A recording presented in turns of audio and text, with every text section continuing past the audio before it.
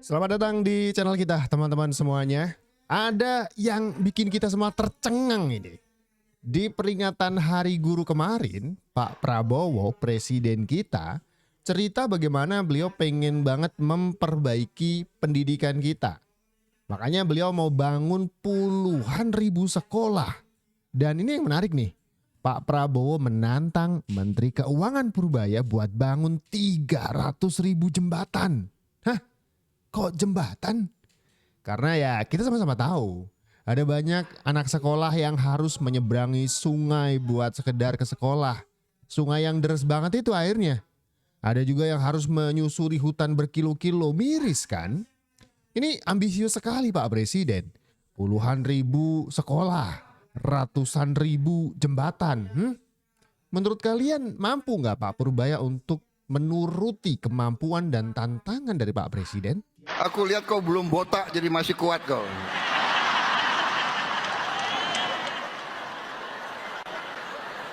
Waspadai ya. Ini banyak menteri di sini. Sekarang ada digital. Rakyat, anak-anak di desa manapun bisa langsung hubungan sama saya. Yang capek aku.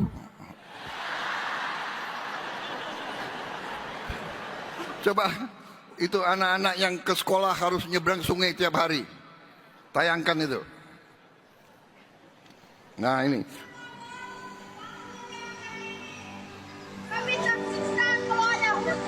Mohon untuk dibangun kembali agar warga masyarakat bisa melewati jembatan ini, termasuk anak-anak sekolah. Ini koruptor-koruptor, lihat ini.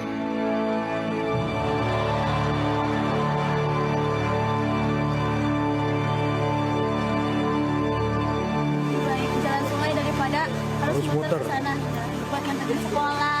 Mereka ke sekolah basah. Apa ya? Mengejar impian. Di sekolah mereka basah, pulang basah. Kan khawatir ya orang tuanya.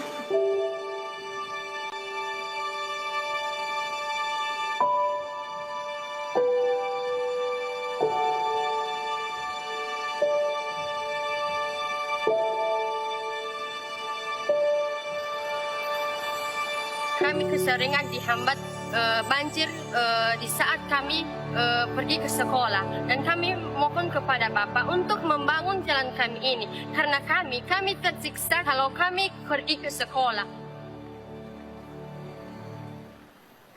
Saudara-saudara, akibat itu video-video yang dikirim langsung ke saya sudah bentuk satuan tugas khusus darurat untuk jembatan.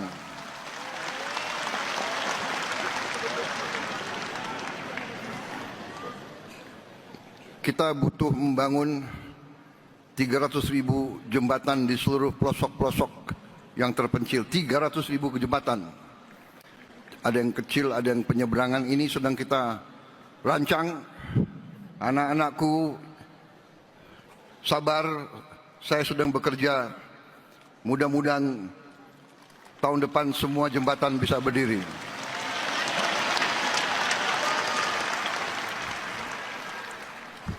Terpaksa saya minta Menteri Dikti untuk kerahkan semua potensinya. Mungkin semua mahasiswa di Fakultas Teknik Sipil akan saya minta terjun ke desa-desa itu untuk membangun jembatan. Saya juga minta TNI kerahkan batalan-batalan pembangunanmu untuk bantu membangun jembatan-jembatan. Kerahkan batalan-batalan zenimu untuk bantu. Saya juga minta polisi juga turun.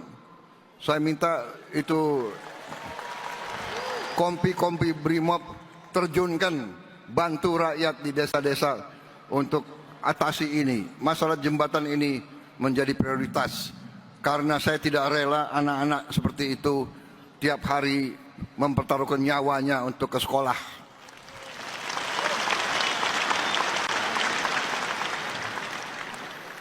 Jadi, hei elit-elit di Jakarta, hei kelompok orang pinter, lihat rakyatmu. Kita atasi itu tidak dengan wacana, tidak dengan teori, tidak dengan gagasan, tidak dengan hardik menghardik, tidak dengan maki memaki, tidak ngenyek. Kita harus atasi jembatan itu dengan kerja nyata, pikiran nyata.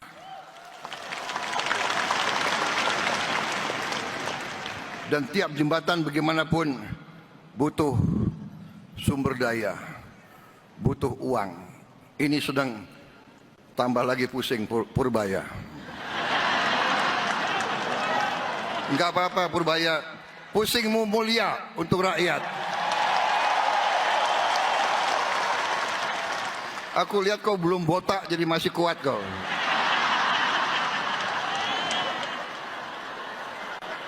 John Law, Tribun X.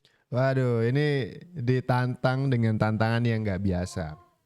300.000 jembatan yang bisa mengatasi akses menuju ke sekolah bagi siswa-siswi kita agar bisa mendapatkan pendidikan, dan cara menempuhnya itu waduh nggak ekstrim seperti itu.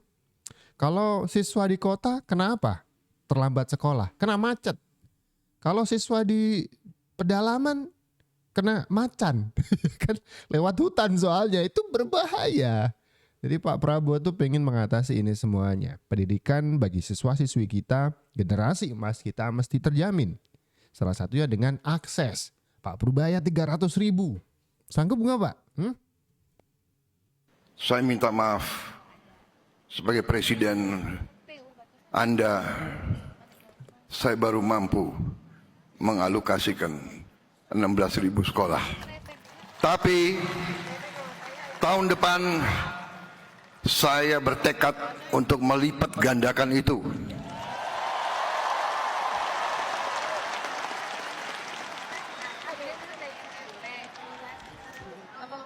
Berapa kita bisa?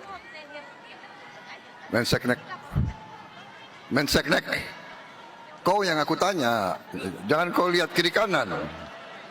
Jangan kau lihat Menteri Keuangan, kau yang aku tanya. Berapa yang kita rencanakan tahun depan? Berapa? Minimal 60.000.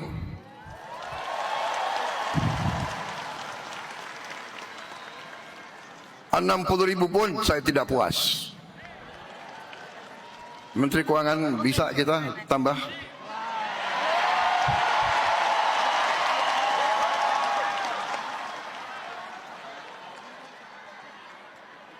Terima kasih. Kalau kau bisa tambah, kau tambah lagi disorain semua itu. Kita lagi punya masalah serius, apalagi baru-baru ini ada bencana alam yang sedikit banyak juga mempengaruhi ekonomi masyarakat kita. Jadi ini penting sekali peran dari Menteri Keuangan. Kira-kira apa ya yang akan dilakukan oleh Pak Menkyu? Berikut Pak Presiden. Assalamualaikum warahmatullahi wabarakatuh. 29 November 2025. Akibat dari beberapa bencana yang terjadi di Sumatera, mulai dari Aceh sampai ke Sumatera Barat, termasuk juga Sibolga, Tapteng, Tapsel, Sidimpuan sampai ke Padang, masyarakat mengalami kelumpuhan ekonomi, Pak. Jadi kami mohon kepada Bapak, terkhusus Bapak Prabowo dan kementerian-kementerian yang terkait di pusat, tolong atasi masalah ini Pak, ambil tindakan tepat. Karena kami di sini mengalami banyak masalah, kelangkaan BBM, melonjaknya harga bahan pokok yang begitu signifikan Pak. Jadi masyarakat di sini semua merasakan kesusahannya Pak, bukan hanya saudara-saudara yang terdampak bencana. Jadi bantu kami Pak, kami juga bagian dari Indonesia. Tolong. Jadi bencana alam tidak hanya terjadi di Indonesia ya, karena ini dari beberapa negara yang berdekatan, negara tetangga juga terdampak dari siklus bencana ini. Nah, sebenarnya Pak Presiden sudah mengirimkan bantuan-bantuan, bahkan saya baca berita tadi pagi itu ada 4 pesawat kargo Hercules itu dikirimkan untuk membawa bahan makanan dan bahan bantuan yang sedianya akan dikirim ke Aceh dan sekitar yang terdampak dari bencana ini. Tapi yang menarik adalah ternyata dari bencana ini bukan cuma soal kerusakan, tapi ada level ekonomi yang tersentuh, tergeser dan agak ambruk ini fondasi-fondasinya. Jadi perlu solusi. Yang lucu adalah ada anggota DPR yang bilang solusi sementara sebaiknya kerja di luar negeri aja. Hah? Jadi TKI begitu? Jelas sekali kalau ke daerah Pantura, itu harapan mereka hanya kerja di luar negeri. Tapi itu kan jangka pendek, Pak. Jangka panjang, kalau orang Amerika lebih bagus, misalnya negara Amerika lebih bagus dari kita, apa orang kita ke sana semua? Harusnya gini, harusnya kita membuat Indonesia kayak Amerika sejahteranya. Itu yang kita kejar dalam beberapa tahun ke depan, 10 tahun mungkin. Jadi target kita bukan mindahin orang ke sana supaya di sana hidup enak, tapi kita membuat di sini bagus suasananya sehingga di sini kita juga bisa hidup lebih enak tanpa harus ke luar negeri. Setuju Pak Purbaya. Kalau kita selalu memandang rumput tetangga yang lebih hijau, terus kemudian semua harus pindah ke sana, apa kabar Indonesia? Kosong nanti gimana? Ya kan? Jadi ini pertanyaan menarik. Kalau misalkan ada masalah ekonomi begini, masa anggota Dewan Wakil Rakyat justru menyarankan ya rakyat pergi jadi TKI aja sana. Kemana nih? Negara yang punya ekonomi yang lebih mapan daripada Indonesia. Wah, langsung disemprot sama Pak Purbaya. Ya gak gitulah caranya. Daripada kita selalu mengirim orang ke negara tetangga, negara lain, supaya mereka hidup mapan, kenapa gak kita perbaiki ekonomi di dalam negeri? Biar rakyat kita bisa hidup mapan. Lah, kenapa baru kepikiran begini gitu maksudnya? Dan justru pikiran-pikiran yang aneh dari anggota Dewan sebagai wakil rakyat kita loh.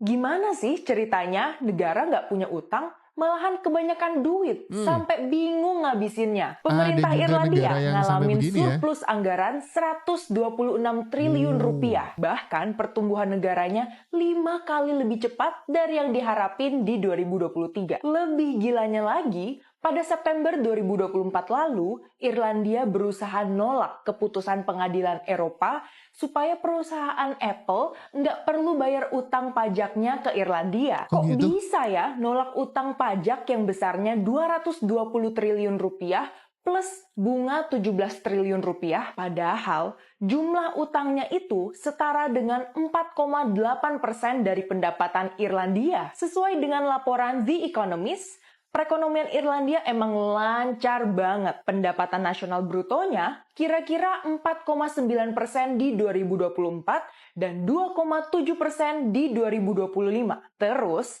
jumlah pengangguran di Irlandia tuh cuma 4,3%.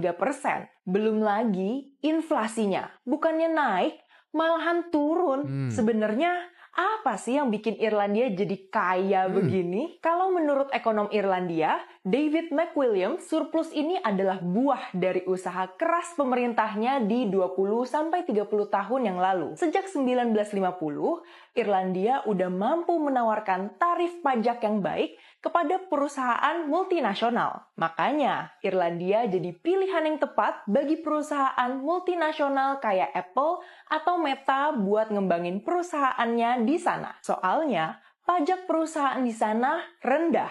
Hal ini kelihatan pas krisis Euro 2010 ketika pajak lainnya naik, hanya pajak perusahaan saja yang nggak naik, yaitu di angka 12,5%. Strategi kayak gitu tuh yang berhasil ningkatin pendapatan negara sampai surplus begini. Di 2015, Irlandia terima pajak perusahaan sebesar 119,6 triliun rupiah. Naik lagi di 2023, pemerintah terima pajak perusahaan sebesar 410,1 triliun rupiah. Tapi emang bener ya kata orang, makin banyak duit, makin banyak juga masalah hidupnya. Otoritas Irlandia akhirnya sadar kalau surplus terus gini, yang ada negaranya bakalan inflasi. Pemerintahnya juga dilema, bingung mau duitnya dikemanain sebanyak itu karena kelebihan uang memicu ketidakstabilan ekonomi negara. Nah, kalau menurut ekonom Irlandia, lebih baik anggarannya dialokasikan untuk ngebenerin kemacetan transportasi, infrastruktur, dan perumahan. So far sih, Irlandia pakai uang mereka untuk bantuan kemanusiaan juga loh. Sebagai salah satu pendukung terbesar Palestina, Irlandia menyumbang paket bantuan kemanusiaan senilai 216 miliar rupiah. Generous dan serius juga ya dukungannya. Kalau menurut kamu, gimana ya caranya supaya Indonesia bisa surplus sebesar itu juga? Menarik nih, Pak Purbaya dapat inspirasi nih. Mungkin bisa belajar ke Irlandia, Pak. Masa Ada negara yang pendapatannya itu lebih-lebih gitu. Ya kan, sisa-sisa. Jadi dalam 1 tahun mereka pakai anggaran untuk ini itu. Wah, sisa. Ada Irlandia teman-teman semuanya. Hah? Unik juga negara ini.